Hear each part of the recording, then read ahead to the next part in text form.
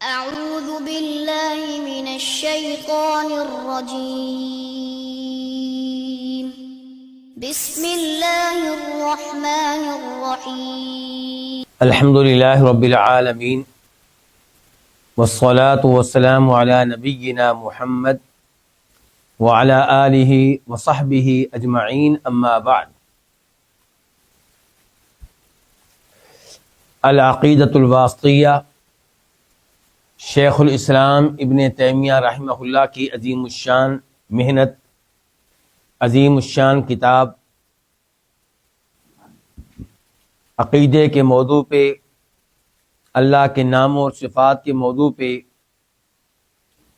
شاندار کتاب ہے، اور اس میں ہم وہ آیتیں پڑھ رہے ہیں جن میں اللہ رب العزت کے علم کا تذکرہ آیا ہے۔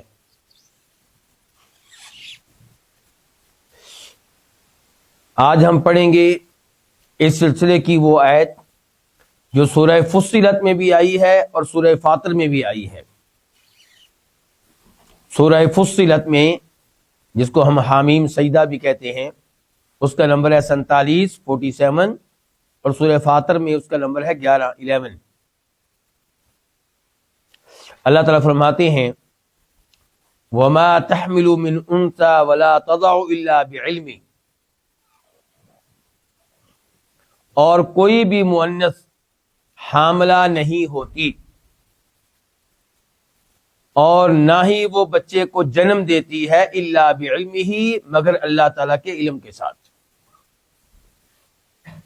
انثیٰ اس سے مراد کوئی بھی مؤنث ہے، وہ انسانوں میں سے ہو یعنی کہ عورت، یا جانوروں میں سے، مثال کے طور پہ گھوڑی، اونٹنی، گائے، بکری۔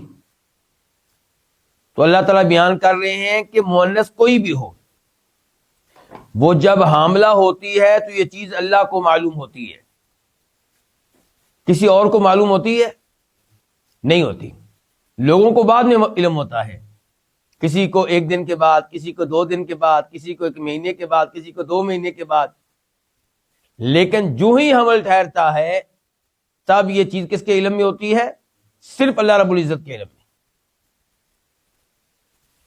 اور یہاں پہ وَمَا تَحْمِلُ مِنْ أُنثَىٰ، من جو ہے اس کو کہتے ہیں زائدہ، یعنی کہ ترکیب کے لحاظ سے، اعراب کے لحاظ سے زائدہ ہے، لیکن معنی کے لحاظ سے زائد نہیں ہے۔ قرآن کریم میں کوئی ایسا لفظ نہیں ہے جو معنی کے لحاظ سے زائد ہو۔ تو یہاں پہ یہ توکید کا فائدہ دے رہا ہے، کوئی بھی ایسی مؤنث نہیں ہے، کوئی بھی ایسی مادہ نہیں ہے۔ مادہ سمجھتے نا آپ، نر اور مادہ، تو کوئی بھی ایسی مادہ نہیں ہے جو حاملہ ہو اور اللہ کے علم میں نہ ہو، ایسا ممکن نہیں ہے۔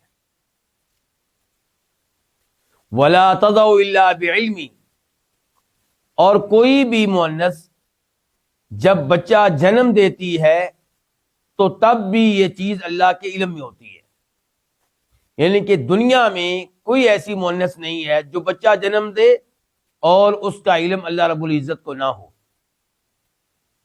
اللہ کے علاوہ کوئی اور بھی ہے جس کو ہر ایک کے بارے میں علم ہو کہ وہ بچہ جنم دے رہی ہے؟ ہر کوئی جانتا ہے کس کے بارے میں؟ اپنی بہن کے بارے میں، اپنی بیٹی کے بارے میں کہ اس کے ہاں ولادت ہو رہی ہے، کوئی جانتا ہے اپنی والدہ کے بارے میں کہ اس کے ہاں ولادت ہو رہی ہے، کوئی جانتا ہے اپنی کسی رشتہ دار خاتون کے بارے میں، محلہ دار خاتون کے بارے میں، یا ڈاکٹر جانتا ہے مثال کے طور پہ کسی عورت کے بارے میں، گائے بھینس کا مالک جانتا ہے اپنی گائے بھینس کے بارے میں، یا جن 2-3 لوگوں کو اپنی مدد کے لیے لے کر آیا وہ جانتے ہیں۔ لیکن ایک ایک مؤنث کے بارے میں، ایک ایک مادہ کے بارے میں علم ہو کہ اب اس کے ہاں ولادت ہو رہی ہے، یہ چیز صرف اللہ کے علم میں ہے، کسی اور کے علم میں نہیں ہے۔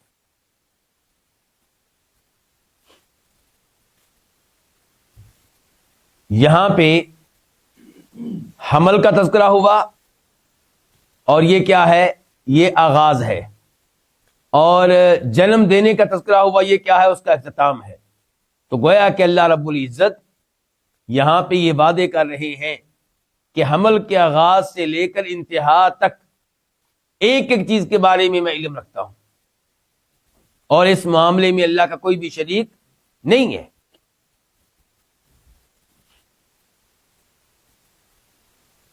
اس کے بعد اللہ تعالیٰ فرماتے ہیں سورہ طلاق میں آیت نمبر 12 لِتَعْلَمُوا أَنَّ اللَّهَ عَلَى كُلِّ شَيْءٍ قَدِيرٌ وَأَنَّ اللَّهَ قَدْ أَحَاطَ بِكُلِّ شَيْءٍ عِلْمًا۔ لِتَعْلَمُوا لام تعلیل کے لیے ہے، علت بیان کرنے کے لیے ہے۔ کس چیز کی علت بیان کی جا رہی ہے؟ اس کے لیے ہمیں اس آیت کا وہ حصہ پڑھنا ہوگا جو اس سے پہلے ہے۔ اللہ تعالیٰ فرما رہے ہیں اللہ الذی خلق سبع سماوات ومن الارض مثلہن یتنزل الامر بینہن، اللہ نے 7 آسمان پیدا کیے ہیں اور اتنی ہی زمینیں پیدا کی ہیں۔ اللہ رب العزت کے اوپر ایمان لانے کے لیے اتنا کہہ دینا کافی ہے کہ اللہ کہہ رہے میں نے 7 آسمان پیدا کیے ہیں۔ کیا اللہ کے علاوہ آج تک کوئی جان سکا ہے باقی 6 آسمانوں کو؟ اللہ نہ بتاتا کہ آسمان 7 ہیں تو ہمارے پاس آج تک کوئی ایسا ذریعہ ہمیں مل سکا ہے جس کے ذریعے ہمیں معلوم ہو پاتا کہ 7 آسمان ہیں؟ کوئی ایسا نہیں، اللہ ہی نے بتایا ہے۔ تو یہ چیز کافی ہے، آیت کا اتنا حصہ کافی ہے اللہ کے وجود پہ ایمان لانے کے لیے۔ تو اللہ تعالیٰ کہہ رہے ہیں اللہ نے 7 آسمان پیدا کیے اور اتنی ہی زمینیں بھی۔ یتنزل الامر بینہن، اللہ کا حکم نازل ہوتا ہے ان کے مابین، آسمانوں کے مابین، زمینوں کے مابین۔ کون سا حکم؟ دونوں حکم مراد ہیں اس سے۔ اللہ کے حکم کی 2 اقسام ہیں، کون کون سی؟ شرعی حکم اور کونی حکم۔ یعنی کہ نماز قائم کرو، زکوٰۃ ادا کرو، یہ اللہ کا کون سا حکم ہوا؟ شرعی۔ اور فوت ہو جا، یہ کون سا حکم ہوا؟ یہ کونی ہوا۔ اللہ تعالیٰ کہتے ہیں کن کہہ دینے سے ہر چیز ہو جاتی ہے۔ تو اللہ تعالیٰ کے احکام کونی ہوں یا شرعی ہوں، اللہ تعالیٰ فرماتے ہیں آسمان و زمین کے مابین کے نازل ہوتے ہیں۔ لِتَعْلَمُوا، اللہ نے یہ 7 آسمان کیوں پیدا کیے، 7 زمینیں کیوں پیدا کی، اور ہمیں ان کے بارے میں آگاہی کیوں دی، خبر کیوں دی؟ لِتَعْلَمُوا، فرمایا تاکہ تم جان لو ان اللہ علی کل شیء قدیر، کہ اللہ ایک ایک چیز پہ قدرت رکھنے والا ہے۔ وَأَنَّ اللَّهَ قَدْ أَحَاطَ بِكُلِّ شَيْءٍ عِلْمًا، اور تاکہ تم یہ بات بھی جان لو کہ اللہ نے ہر چیز کا احاطہ کر رکھا ہے علم کے لحاظ سے۔ ہر چیز کا احاطہ کر رکھا ہے کس لحاظ سے؟ علم کے لحاظ سے۔ یعنی کہ کوئی بھی چیز اللہ کے علم سے باہر نہیں ہے، اور کسی بھی چیز کے بارے میں کوئی بھی بات اللہ کے علم سے باہر نہیں ہے۔ احاطہ بکل شیء، کل شیء، اس میں چھوٹی چیزیں بھی آتی ہیں، بڑی چیزیں بھی آتی ہیں، وہ چیزیں بھی آتی ہیں جنہیں سر انجام دینے والے اللہ کے بندے، اللہ کے انسان، اللہ کی مخلوقات ہیں۔ یعنی کہ انسان جو کچھ کرتا ہے اللہ کے علم میں ہے، انسان جو کچھ کہتا ہے اللہ کے علم میں ہے، انسان جو کچھ دیکھتا ہے اللہ کے علم میں ہے، انسان جو کچھ سنتا ہے اللہ کے علم میں ہے، انسان جو کچھ چکھتا ہے اللہ کے علم میں ہے، انسان جو کچھ سونگتا ہے اللہ کے علم میں ہے۔ اور اللہ تعالیٰ اپنے بھی تمام افعال کو جانتے ہیں اور اپنے بندوں کے بھی افعال کو جانتے ہیں۔ اور کل شیء میں ماضی بھی آتا ہے، حال بھی اور مستقبل بھی۔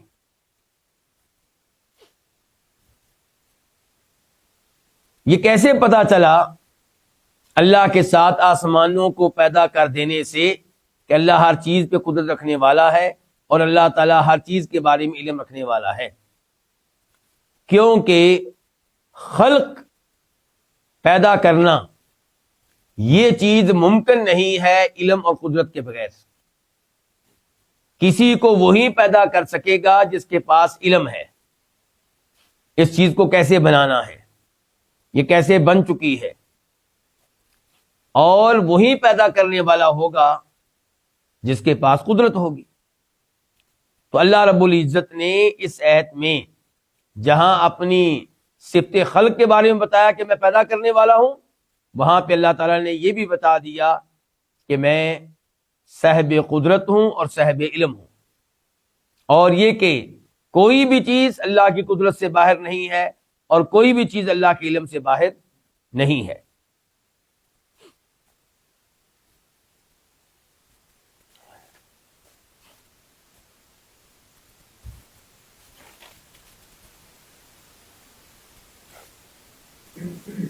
یہ آیات خصوصاً آخری دو آیتیں، ان سے پتہ چلا کہ اللہ تعالی عالم ہے، علیم ہے، اور علم کے ساتھ علیم ہے، اس علم کے ساتھ جو اللہ تعالیٰ کی صفت ہے، اور یہ صفت اللہ کی ذاتی صفت ہے۔ کیا مطلب ذاتی صفت ہے؟ اللہ کی کچھ صفات ذاتی ہوتی ہیں، کچھ کون سی ہوتی ہیں؟ فعلی۔ کیا فرق ہے؟ فعلی صفات وہ ہیں جو اللہ تعالیٰ جب چاہتا ہے کرتا ہے۔ جب اللہ تعالیٰ چاہتا ہے آسمانی دنیا پہ نزول فرماتا ہے۔ آسمانی دنیا پہ نزول فرمانے کو کیا ہم ذاتی صفت کہہ سکتے ہیں؟ نہیں، فعلی صفت ہے۔ لیکن اللہ کا علم یہ اللہ کی ذاتی صفت ہے۔ کون کون گمراہ ہوئے ہیں اس صفت کے تعلق سے؟ اس صفت کے تعلق سے نمبر 1 گمراہ ہوئے فلاسفہ، اور نمبر 2 گمراہ ہوئے قدریہ۔ فلاسفہ نے کیا دعویٰ کیا؟ انہوں نے کہا کہ اللہ تعالیٰ اجمالی طور پہ مختلف چیزوں کے بارے میں علم رکھتے ہیں، لیکن جزیات کو اللہ تعالیٰ نہیں جانتے۔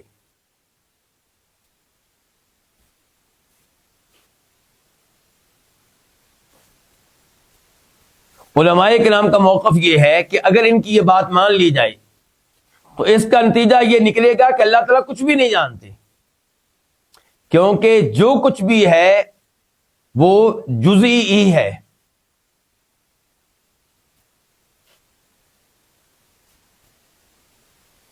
دوسرے نمبر پہ کون ہے؟ قدریوں میں سے غالی قسم کے لوگ۔ غالی آپ سمجھتے ہیں نا، حد سے آگے نکل جانے والے، تقدیر کا انکار کرنے میں حد سے آگے نکل جانے والے، یہ بھی گمراہ ہوئے ہیں اللہ تعالیٰ کی صفت علم کے اعتبار سے۔ کیونکہ ان کا موقف یہ ہے کہ اللہ تعالیٰ بندوں کے افعال کو تبھی جانتا ہے جب بندے ان افعال کو سر انجام دے رہے ہوتے ہیں، ان کا ارتکاب کر رہے ہوتے ہیں۔ کیوں آپ لوگوں نے عقیدہ کیوں اپنا لیا؟ یہ ہم کن سے سوال کر رہے ہیں؟ قدریوں سے۔ وہ کہتے ہیں اس لیے کہ اگر ہم یہ عقیدہ اپنا لیں کہ اللہ پہلے سے جانتے ہیں تو اس کا مطلب یہ ہوگا کہ اللہ تعالیٰ بندوں کو ان افعال پہ مجبور کرتے ہیں، بندوں کے پاس ارادہ اور اختیار نہیں ہے،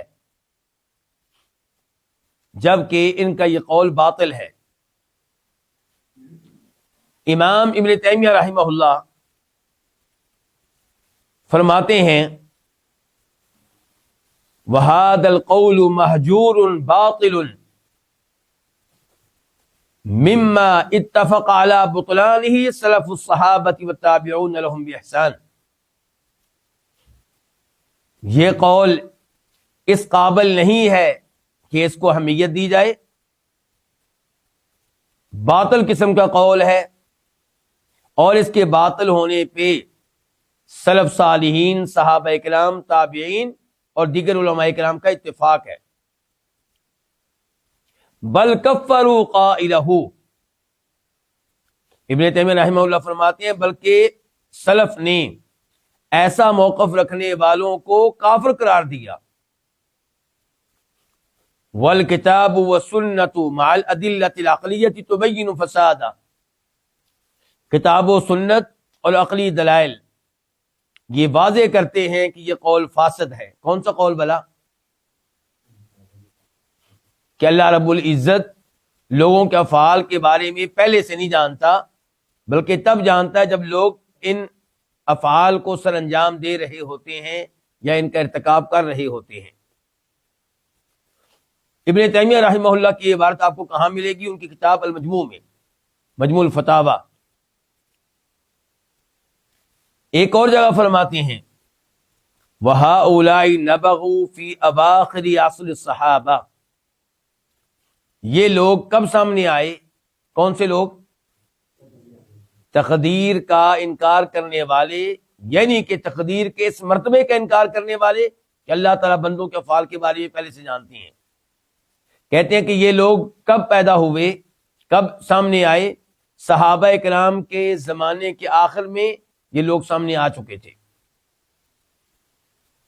فَلَمَّا سَمِعَ الصَّحَابَةُ بِدْعَهُمْ تَبَرَّؤُوا مِنْهُمْ، جب صحابہ کرام نے ان کی یہ بدعتیں سنی تو صحابہ کرام نے ان سے لا تعلقی کا واضح طور پہ اعلان کیا۔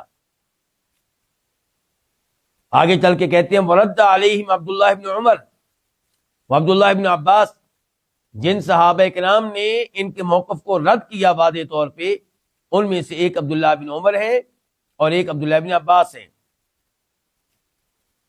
کئی صحابہ کرام کا نام لینے کے بعد ابن تیمیہ فرماتے ہیں وَقَدْ نَصَّ الْأَئِمَّةُ كَمَالِكٍ وَالشَّافِعِيِّ وَأَحْمَدَ عَلَى كُفْرِ هَؤُلَاءِ الَّذِينَ يُنْكِرُونَ عِلْمَ اللَّهِ الْقَدِيمِ، کہ صراحت کے ساتھ کافر قرار دیا ہے ان کو ائمہ کرام نے، مثال کے طور پہ امام مالک نے، امام شافعی نے، امام احمد نے، یعنی کہ ان لوگوں کو جو اللہ تعالیٰ کے قدیم علم کا انکار کرتے ہیں۔ قدیم علم سے کیا مراد ہے؟ بھئی یہی کہنا کہ اللہ ازل سے ہر چیز کے بارے میں علم رکھتے ہیں، تو یہ اللہ کے علم کون سا ہوا؟ قدیم ہوا نا۔ تو ابن تیمیہ کہہ رہے ہیں کہ جو لوگ اللہ کے قدیمی علم کا انکار کرتے ہیں، ائمہ نے، سلف صالحین نے ان کو کافر قرار دیا ہے۔ ان کی یہ عبارت آپ کو ملے گی ان کی کتاب منہاج السنہ میں۔ اچھا، اللہ تعالیٰ کی یہ دو صفات جن کا تذکرہ ان دو آیتوں میں ہوا ہے، علم اور قدرت، ان کے اوپر ایمان لانے کا فائدہ کیا ہے؟ ان کے اوپر ایمان لانے کے فوائد میں سے فائدہ ایک یہ ہے کہ آپ کے دل میں اللہ کا خوف پیدا ہوگا کہ اللہ میرے بارے میں علم رکھتے ہیں کہ میں کیا کر رہا ہوں، اور علم صرف نہیں رکھتے بلکہ قادر بھی ہیں، مجھے کسی بھی طریقے سے اللہ تعالیٰ سزا دے سکتے ہیں، مجھے کبھی بھی اللہ تعالیٰ پکڑ سکتے ہیں، میں اللہ تعالیٰ کی پکڑ سے محفوظ نہیں ہوں۔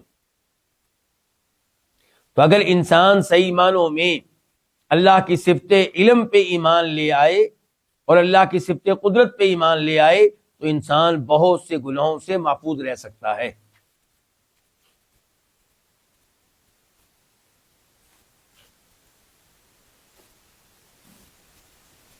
معتزلہ یہاں پہ کیا کہیں گے؟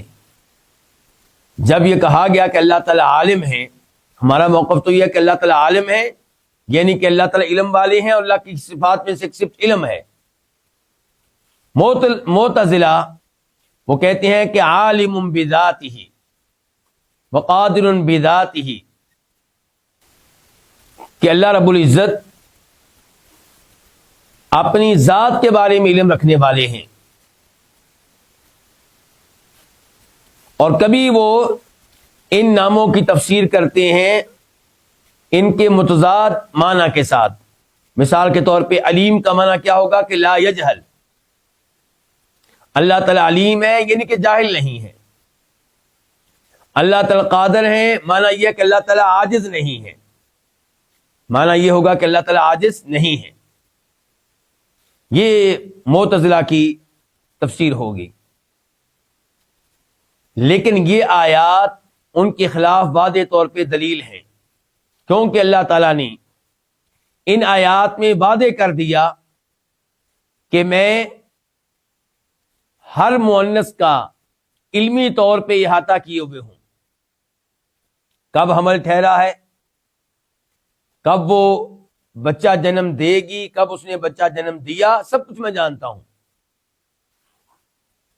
اور ایسے اللہ تعالیٰ نے تذکرہ کیا ان آیات میں اپنی اس قدرت کا جو عام ہے اور شامل ہے اور جس کا تعلق ہر ممکن چیز سے ہے، اور یہ کہ اللہ تعالیٰ نے علم کے لحاظ سے تمام اشیاء کا احاطہ کر رکھا ہے۔ اچھا، اللہ تعالیٰ ان اللہ علی کل شیء قدیر، اللہ تعالیٰ ہر چیز پہ قدرت رکھنے والے ہیں۔ تو یہاں پہ سوال کرنے والے آپ سے سوال کریں گے، جس کا تذکرہ شاید پہلے بھی میں نے ایک دفعہ کیا تھا، جو ملحد قسم کے لوگ ہیں، کیا اللہ تعالیٰ ایسی چیز کو پیدا کرنے کی قدرت رکھتا ہے؟ ایسی چٹان کو، ایسے بڑے پتھر کو جس کو اللہ تعالیٰ اٹھا نہ سکے؟ یہاں پہ کیا جواب ہوگا آپ کا؟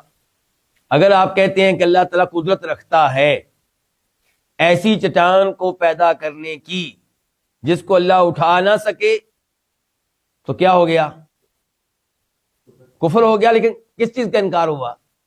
اللہ کی قدرت کا انکار ہوا کہ چٹان کو پیدا کرنے کی طاقت اللہ رکھتا ہے، اٹھانے کی طاقت نہیں رکھتا۔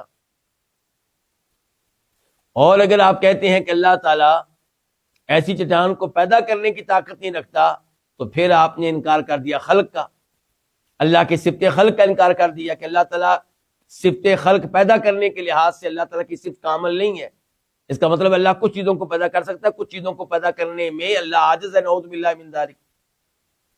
تو یہ سوال گھڑا گیا مسلمانوں کو لاجواب کرنے کے لیے، مسلمانوں کو ملحد بنانے کے لیے، مسلمانوں کے دلوں میں اللہ کی ذات کے تعلق سے شکوک و شبہات پیدا کرنے کے لیے۔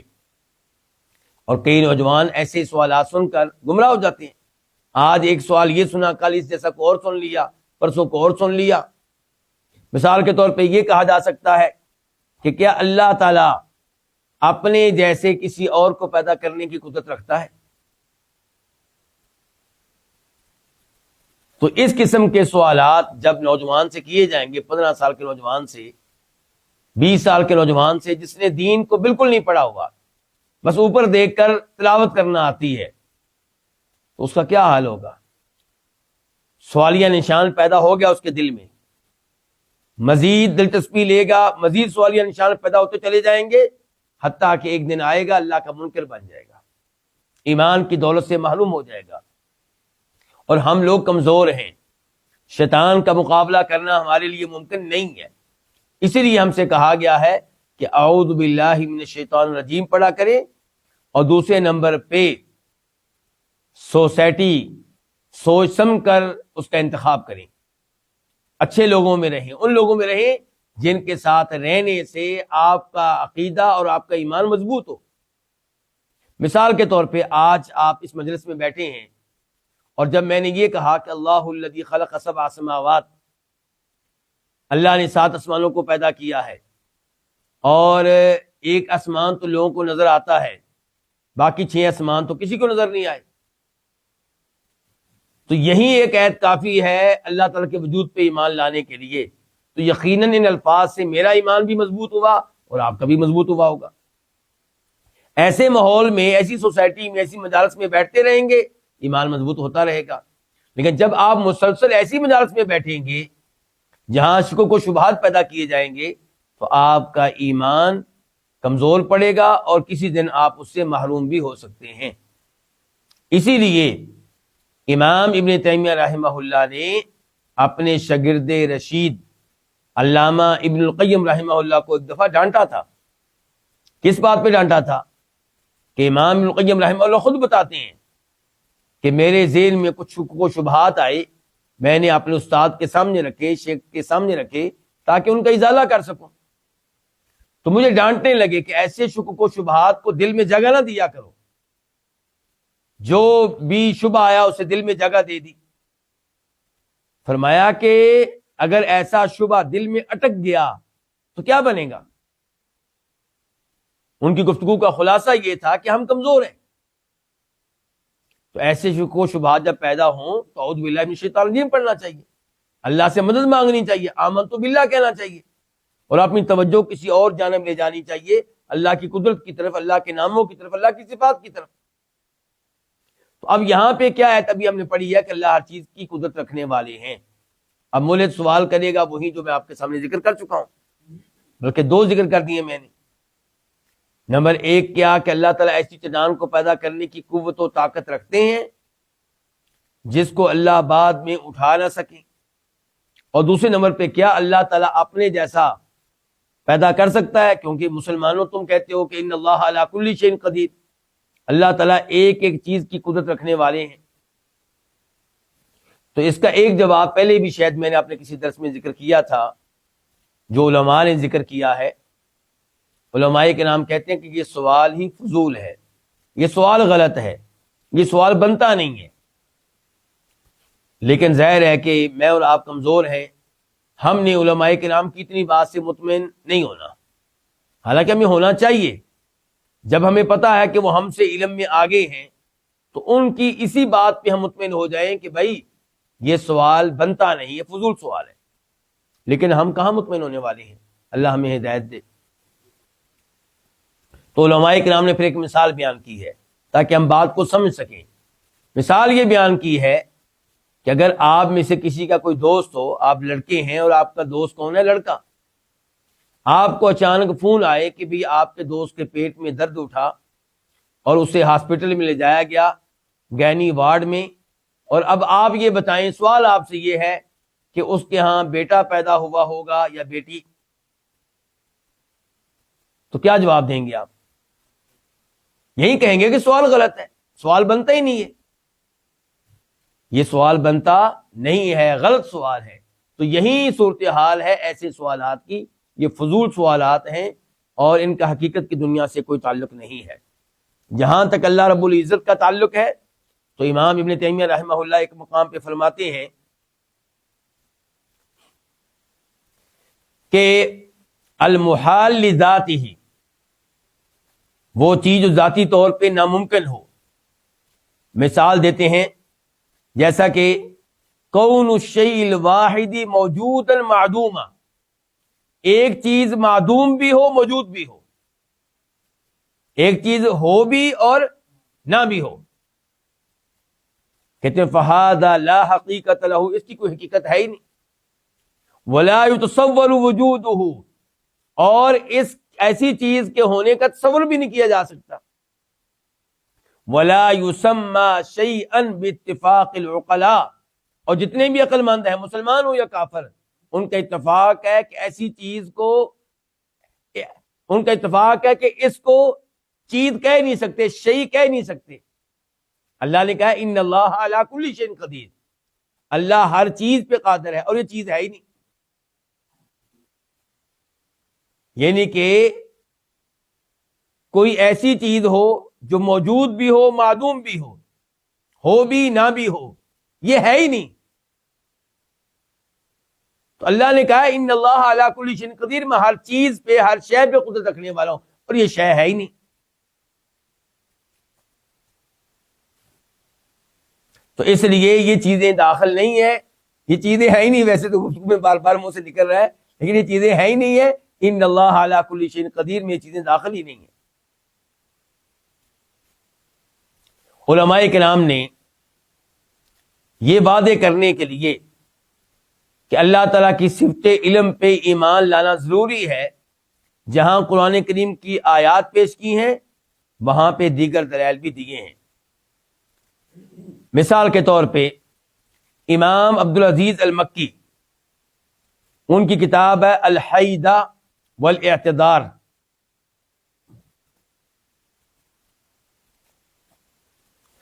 یہ اپنی کتاب میں رد کر رہے ہیں بشر المریسی پہ جو معتزلی تھا، اور اس سے مناظرہ کر رہے ہیں مسئلہ علم میں، اور یہ کتاب بنیادی طور پہ ان کے انہی مناظرات کے اوپر مشتمل ہے۔ اس میں کہتے ہیں، ہم نے تھوڑی دیر پہلے پڑھا ہے نا معتزلی کیا کہتے ہیں علم کے بارے میں، کہ علم سے مراد یہ کہ اللہ تعالیٰ جاہل نہیں ہے، یعنی کہ یہ ماننے کے لیے تیار نہیں ہے کہ اللہ تعالیٰ صاحب علم ہے۔ تو کہتے ہیں وہاں پہ ان اللہ عز وجل لم یمدح فی کتابہ ملکا مقربا ولا نبیا مرسلا ولا مؤمنا تقیا بنفی الجہل عنہ، کہ اللہ تعالیٰ نے اپنی کتاب میں کبھی بھی کسی مقرب فرشتے کی یا بھیجے ہوئے نبی کی یا کسی متقی مومن کی تعریف نہیں کی یہ کہہ کر کہ اس میں جہالت نہیں ہے، بلکہ جس کی تعریف کی ہے یہ تعریف کی ہے کہ وہ صاحب علم ہے، یعنی کہ یہ کہنا کہ اس میں جہالت نہیں ہے، یہ اللہ تعالیٰ نے کہا۔ اللہ تعالیٰ نے کیا کہا کہ وہ صاحب علم ہے، تو صاحب علم کہہ کر اللہ نے اس سے جہالت کی نفی کی ہے، جہالت کی نفی کر کے اللہ نے اس کے لیے علم ثابت نہیں کیا۔ یہ گفتگو کرتے کرتے آخر میں جا کے وہ کہتے ہیں فَمَنْ أَثْبَتَ الْعِلْمَ نَفَى الْجَهْلَ، جو اللہ تعالیٰ کے لیے علم ثابت کرے گا وہ اللہ تعالیٰ سے جہالت کی نفی بھی کر دے گا خود ہی۔ وَمَنْ نَفَى الْجَهْلَ لَمْ يُثْبِتْ الْعِلْمَ، اور جو یہ کہے کہ اللہ جاہل نہیں ہے اس نے علم کا اثبات نہیں کیا، اللہ تعالیٰ کی صفت علم کو نہیں ماننا، اس کا حق ادا نہیں کیا۔ علماء کرام نے جو دیگر دلائل دیے ہیں اللہ کی صفت علم کو ثابت کرنے کے لیے، ان میں سے ایک یہ ہے کہ اللہ تعالی خالق ہیں، اور جس چیز کو بھی اللہ نے پیدا کیا ہے ظاہر ہے کہ اس کو علم کے ساتھ پیدا کیا ہے، علم کے بغیر کسی چیز کو پیدا کرنا ممکن نہیں ہے۔ اسی لیے اللہ تعالیٰ فرماتے ہیں قرآن حکیم میں الا یعلم من خلق وہو اللطیف الخبیر، کیا وہ علم نہیں رکھتا جس نے پیدا کیا ہے؟ خالق جو ہے وہ علم سے متصف نہ ہو، یہ کیسے ہو سکتا ہے؟ جو خالق ہے وہ عالم بھی ہے۔ آپ انسانوں کو دیکھ لیں، کئی انسان کئی چیزوں کو ایجاد کرتے ہیں، حالانکہ وہ جوڑتے ہیں۔ موبائل جو ہے یہ کیا جوڑا گیا ہے؟ اللہ کی پیدا مخلوقات کو لے کر، اللہ کی پیدا کی ہوئی چیزوں کو لے کر جوڑ کے چیز بنا دی گئی ہے۔ یعنی کہ اس میں کیا استعمال ہوتا ہے؟ پلاسٹک استعمال ہوتا ہے نا اس میں، تو پلاسٹک کس نے پیدا کیا؟ اللہ نے۔ اور کیا اس میں استعمال ہوتا ہے؟ لوہا استعمال ہوتا ہوگا، وہ کس نے پیدا کیا؟ سلور کس نے پیدا کیا؟ اللہ نے پیدا کیا۔ یہ تمام چیزیں اللہ نے پیدا کی ہیں، تو انسان اللہ کی دی گئی عقل کے مطابق ان چیزوں کو جوڑتا ہے۔ تو سوال میرا یہ ہے یہاں پہ کہ جس نے ان چیزوں کو جوڑا ہے، علم کی روشنی میں کام کیا ہے یا علم کے بغیر کر لیا ہے؟ علم کے ساتھ۔ تو اللہ تعالیٰ جو خالق ہے حقیقی معنوں میں، تو اللہ رب العزت کا خالق ہونا اس بات کی دلیل ہے کہ اللہ تعالیٰ عالم ہے۔ وَهُوَ اللطیف الخبیر، اس آیت کے آخر میں اللہ نے یہ بھی کہہ دیا کہ میں لطیف ہوں، باریک بھی ہوں، یعنی کہ باریک سے باریک چیزوں کو میں جانتا ہوں۔ الخبیر، جیسے ظاہری امور کو جانتا ہوں باطنی امور کو بھی جانتا ہوں۔ ایسے ہی اللہ تعالیٰ کے صاحب علم ہونے کا ہمیں پتہ چلتا ہے مخلوقات کو جب دیکھتے ہیں، غور کرتے ہیں کہ ان میں کوئی عیب نہیں ہے، کوئی کمی نہیں ہے، کوئی کمزوری نہیں ہے۔ آسمانوں کو دیکھیں، اللہ نے تو چیلنج کیا ہے، دیکھو بار بار، کوئی اس میں تمہیں عیب نظر آتا ہے، کوئی کمزوری نظر آتی ہے؟ کچھ ایسا نہیں ہے۔ تو اس سے بھی پتہ چلا کہ اللہ تعالیٰ صاحب علم ہے۔ اور پھر ایک دلیل مزید علماء کرام یہ دیتے ہیں کہ جب انسان علم کی صفت کے ساتھ متصف ہے، ہر انسان کیا ہے؟ صاحب علم ہے۔ ہر انسان صاحب علم ہے، کسی کے پاس تھوڑا علم ہے، کسی کے پاس زیادہ ہے۔ ہم یہ نہیں کہتے کہ ہر انسان صاحب علم ہے اللہ کے بارے میں یا آخرت کے بارے میں یا نبیوں کے بارے میں، نہیں۔ صاحب علم ہے یعنی کہ ہر کوئی علم رکھتا ہے کچھ نہ کچھ، چاہے دنیاوی امور کے بارے میں۔ بلکہ اللہ نے کہا ہے کفار کے بارے میں یعلمون ظاہرا من الحیات الدنیا، دنیاوی زندگی کے ظاہر کو یہ جانتے ہیں، آخرت سے یہ غافل ہیں، اس کے بارے میں ان کو کوئی دلچسپی نہیں ہے۔ تو کہنے کا مطلب یہ ہے کہ ہر انسان صاحب علم ہے، کچھ نہ کچھ علم رکھتا ہے۔ تو اس کو یہ علم کس نے دیا ہے؟ اللہ نے۔ تو یہ کیسے ممکن ہے کہ دوسروں کو علم دینے والا خود اس عظیم صفت سے محروم ہو؟ جبکہ صفت کون سی ہے؟ صفت کمال۔ جب صفت کمال ہے تو اللہ رب العزت جو دوسروں کو علم دینے والا ہے وہ خود بھی اس سے متصف ہے۔ تو یہ گفتگو تھی ان دو آیات کے تعلق سے، یعنی کہ وما تحمل من انثى ولا تضع الا بعلمه، اور اس کے بعد لتعلموا ان اللہ علی کل شیء قدیر وان اللہ قد احاط بكل شیء علما۔ اب ہم بڑھتے ہیں ایک اور آیت کی طرف، یہ ہے سورہ ذاریات آیت نمبر 58 اللہ تعالیٰ فرماتے ہیں ان اللہ هو الرزاق ذو القوة المتین۔ بے شک اللہ تعالیٰ ہی بے حد رزق دینے والا ہے، ذوالقوتی قوت والا ہے، المتین نہایت مضبوط ہے۔ یہاں پہ ایک تو آپ یہ نوٹ کریں گے کہ ان آیا ہے، اور ان یہاں پہ آیا تعلیل کے لیے، علت بیان کرنے کے لیے۔ کس چیز کی علت؟ تو اس کے لیے پھر وہ آیات دیکھنا ہوں گی جو اس سے پہلے ہیں۔ تو وہ آیات کون سی ہیں؟ وَمَا خَلَقْتُ الْجِنَّ وَالْإِنسَ إِلَّا لِيَعْبُدُونَ، کہ میں نے تمام جنوں کو، تمام انسانوں کو صرف اور صرف اپنی عبادت کے لیے پیدا کیا ہے۔ آگے کیا ہے؟ مَا أُرِيدُ مِنْهُم مِّن رِزْقٍ وَمَا أُرِيدُ أَن يُطْعِمُونَ، میں ان سے کسی قسم کا رزق نہیں چاہتا، اور نہ ہی میں یہ چاہتا ہوں کہ مجھے کھلائیں۔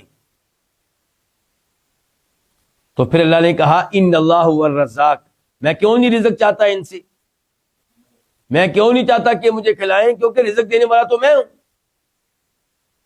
ان کو جو رزق دیا میں نے تو دیا ہے۔ تو کیونکہ اللہ تعالیٰ ہی بہت رزق دینے والا ہے، ذوالقوت قوت والا ہے، المتین نہایت مضبوط ہے۔ یہاں پہ یہ بھی آپ دیکھیں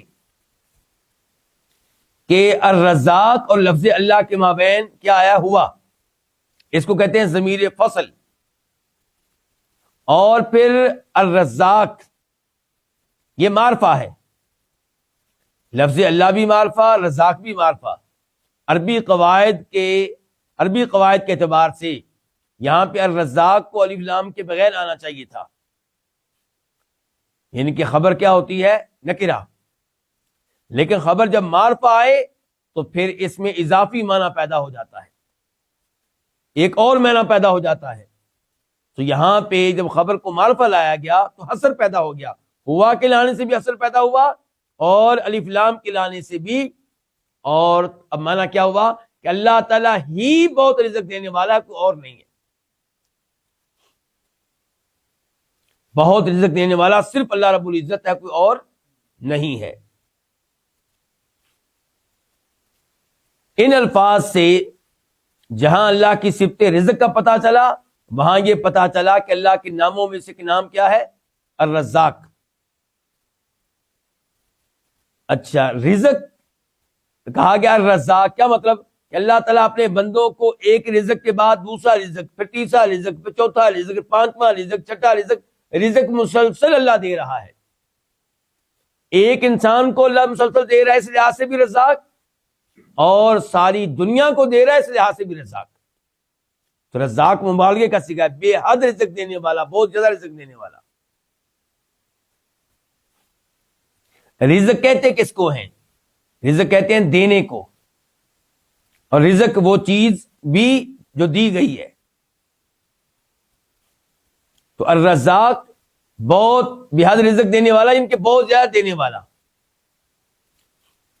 اس کا یہ معنی ہے، یہ ہمیں کیسے پتا چلا؟ قرآن کریم کی دیگر آیات کے اوپر غور کریں۔ سورہ نساء آیت نمبر 8 اللہ تعالیٰ فرماتے ہیں وَإِذَا حَضَرَ الْقِسْمَةَ أُولُو الْقُرْبَى وَالْيَتَامَى وَالْمَسَاكِينَ فَارْزُقُوهُم مِّنْهُ، اور جب مال وراثت تقسیم ہو رہا ہو، فوت ہونے والا فوت ہوا، اس کے فوت ہونے کے بعد اس کا چھوڑا ہوا مال کیا ہو رہا ہے؟ تقسیم ہو رہا ہے۔ تو جب اس تقسیم کے موقع پہ پہنچ جائیں اولو القربا، رشتہ دار۔ کون سے رشتہ دار؟ جو وارث نہیں ہے، جن کا وراثت میں حصہ نہیں ہوگا، وہ بھی پہنچ جائیں۔ جن کا وراثت میں حصہ ہے انہوں نے تو پہنچنا ہے نا، لیکن اللہ تعالیٰ کہہ رہے ہیں کہ وہ بھی پہنچ گیا جو وارث، یہ رشتہ دار ہیں، دور کے رشتہ دار۔ والیتام، اور یتیم پہنچ جائیں، والمساکین، اور مسکین پہنچ جائیں، یہ سوچ کے کہ مال تقسیم ہو رہا ہے، شاید کوئی ہمارا بھی کام بن جائے۔ تو اللہ تعالیٰ کہتے ہیں فَارْزُقُوهُم مِّنْهُ، ان کو دو اس میں سے کچھ نہ کچھ۔ اس کا مطلب یہ ہوا کہ اس موقع پہ صدقہ خیرات کرنا بہت اچھی بات ہے، صدقہ خیرات کرنے کا اہتمام کرنا چاہیے۔ اللہ تعالیٰ آپ کو اتنا مال دے رہا ہے آپ کی کسی محنت کے بغیر، تو جی مال وراثت میں کوئی محنت ہوتی ہے؟ وہ کسی کی محنت ہے، جس نے محنت کی وہ چلا گیا۔ اب یہ مال آپ کو مل رہا ہے تو آپ اس میں سے کچھ نہ کچھ حصہ ان لوگوں کو دیں، ان کو تقسیم کریں۔ تو کہنے کا مطلب یہ کہ یہاں پہ کیا کیا فرزقوہم، اللہ کہہ رہے ہیں ان کو دو۔ تو رزق کا معنی کیا ہوا؟ دینا۔ اور رزق پھر اس کی دو اقسام ہیں، ایک رزق عام ہوتا ہے، ایک رزق خاص ہوتا ہے۔ عام رزق کیا ہے؟ ہر وہ چیز جس سے ہمارے جسم کو فائدہ ہو، وہ چیز حلال ہو یا حرام۔ مثال کے طور پہ پانی کیا ہے؟ رزق ہے۔ پانی کیا ہے؟ رزق ہے۔ کھانا جو ہم کھاتے ہیں وہ رزق ہے۔ لباس جو ہم پہنتے ہیں کیا یہ بھی رزق ہے؟ گاڑی رزق ہے، مکان رزق ہے۔ تو یہ سب چیزیں رزق ہیں۔ تو یہ ہوا رزق عام، ممکن ہے یہ حلال ہو، ممکن ہے یہ حرام ہو، اور فائدہ کس کو پہنچتا ہے؟ ہمارے بدن کو۔ اور رزق خاص کیا ہوتا ہے؟ وہ جس کا تعلق دین سے ہے۔ رزق خاص وہ جس کا تعلق سے ہے دین سے۔ علم نافع یہ عام رزق ہے کہ خاص؟ یہ خاص رزق ہے۔ عمل صالح یہ کون سا رزق ہے؟ یہ خاص ہے۔ اور وہ پھر عام رزق جو حلال ہو اور اللہ کی اطاعت میں کام آئے، اللہ کی اطاعت کرنے میں آپ کا مددگار ثابت ہو، وہ بھی کیا ہو گیا؟ رزق خاص ہو گیا۔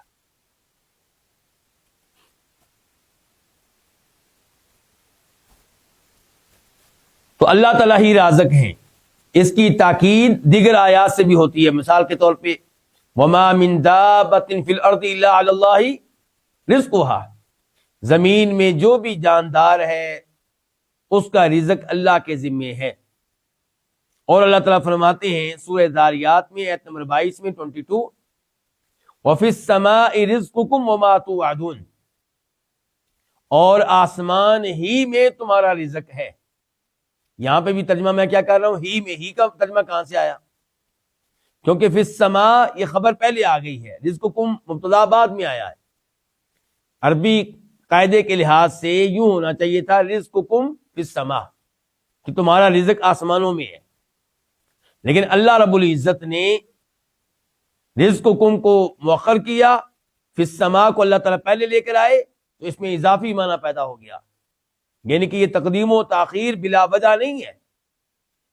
اللہ رب العزت حکیم ہے، اللہ کے ہر کام میں، اللہ تعالیٰ کی ہر کلام میں کیا ہے؟ کوئی نہ کوئی حکمت ہے۔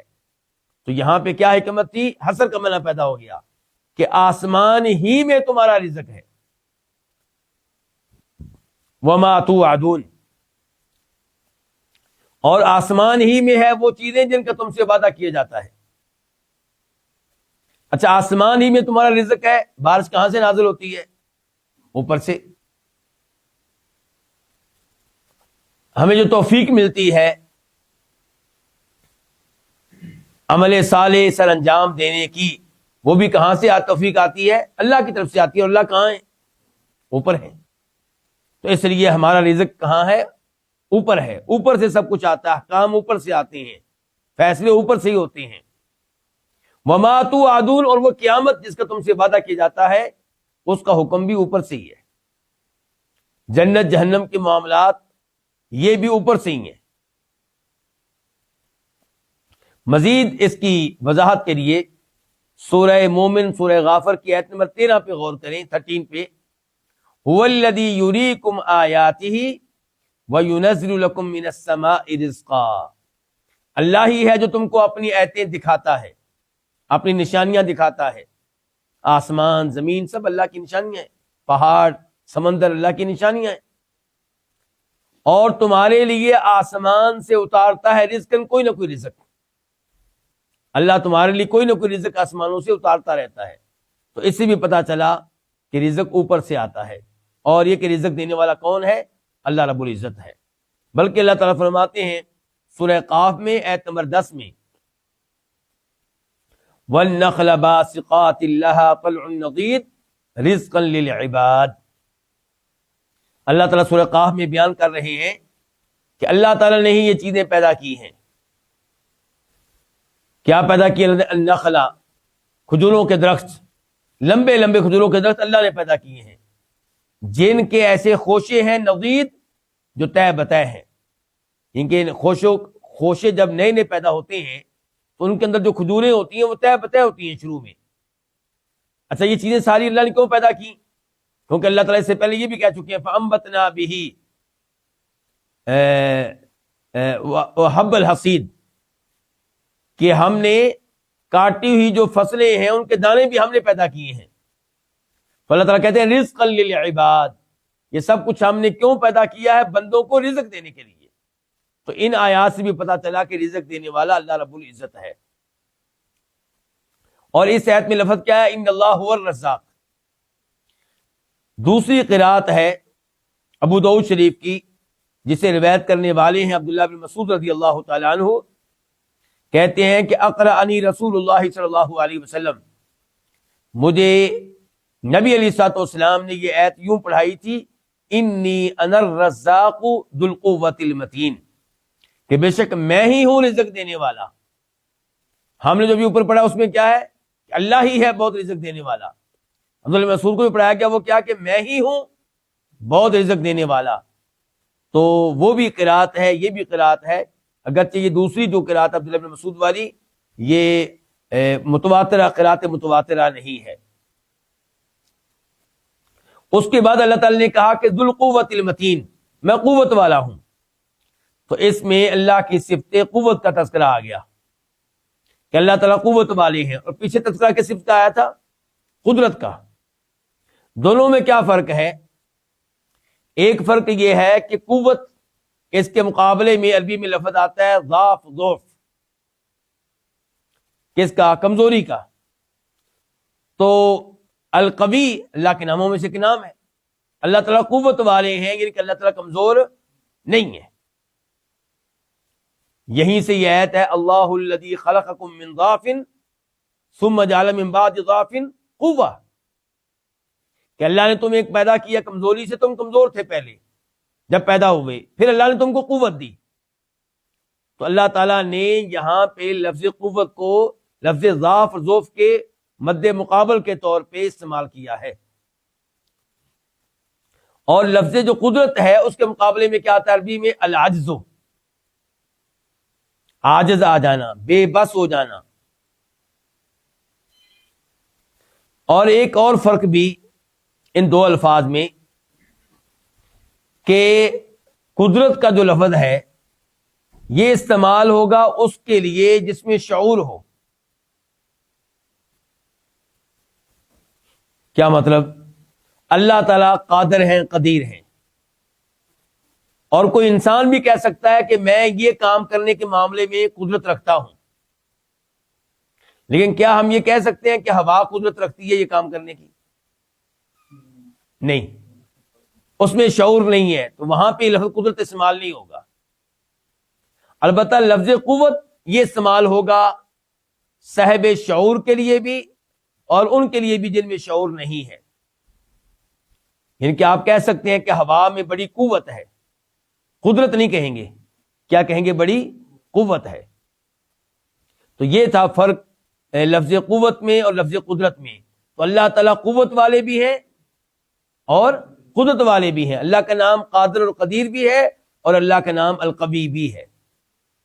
المتین یہ بھی اللہ کے ناموں میں سے ایک نام ہے. اللہ تعالیٰ بہت مضبوط ہے. تو اس آیت میں جو بھی ہم نے پڑھی ہے، ایک اللہ تعالیٰ کا نام آیا اللہ، دوسرے نمبر پہ اللہ تعالیٰ کا نام آیا الرزاق، تیسرے نمبر پہ اللہ تعالیٰ کا نام کیا آیا؟ المتین. اور اس میں اللہ کی صفات آئی ہیں. ایک صفت کیا آئی؟ اللہ تعالیٰ کی رزق، اللہ تعالیٰ رزق دینے والے ہیں. ایک اللہ کی صفت کیا آئی؟ قوت، اللہ تعالیٰ صاحب قوت ہے. اور ایک اللہ تعالیٰ کی صفت کیا آئی؟ متین، متانت، کہ اللہ تعالیٰ مضبوطی والے ہیں. تو آج یہیں پہ درس کا اختتام کرتے ہیں. تو بہرحال اللہ تعالیٰ کے ان ناموں سے ہمیں متعارف ہونے کا موقع ملا اور اللہ تعالیٰ کی ان صفات سے متعارف ہونے کا ہمیں موقع ملا، اللہ رب العزت سے دعا ہے کہ اللہ تعالیٰ اسی انداز سے ہمیں اپنے ناموں سے اور اپنی صفات سے متعارف ہونے کی توفیق دے اور ان پہ صحیح معنوں میں ایمان لانے کی توفیق دے۔ اور ہمیں چاہیے کہ ان آیات کے معاملے میں، ان صفات کے معاملے میں، ان ناموں کے معاملے میں جو گمراہ فرقے ذکر کیے جاتے ہیں ان کے اوپر بھی ہم توجہ رکھیں، جو ان کی گمراہیاں بتائی جاتی ہیں ان کے اوپر بھی توجہ رکھیں، کیونکہ گمراہیوں کا پتہ ہوگا تو پھر ہمیں صحیح معنوں میں جان سکیں گے خیر کو۔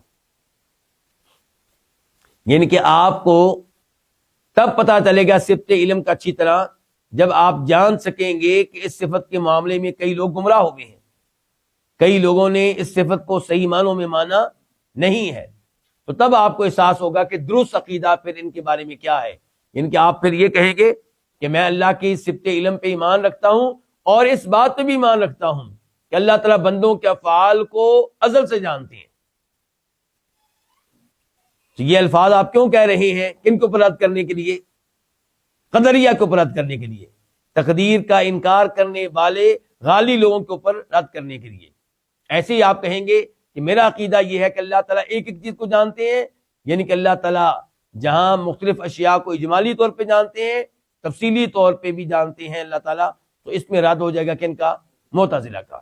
اللہ رب العزت سے دعا ہے کہ اللہ تعالیٰ ہمیں صحیح معنوں میں ان ناموں اور ان صفات پہ ایمان لانے کی توفیق بخشے۔ وآخر دعوانا الحمدللہ رب العالمین۔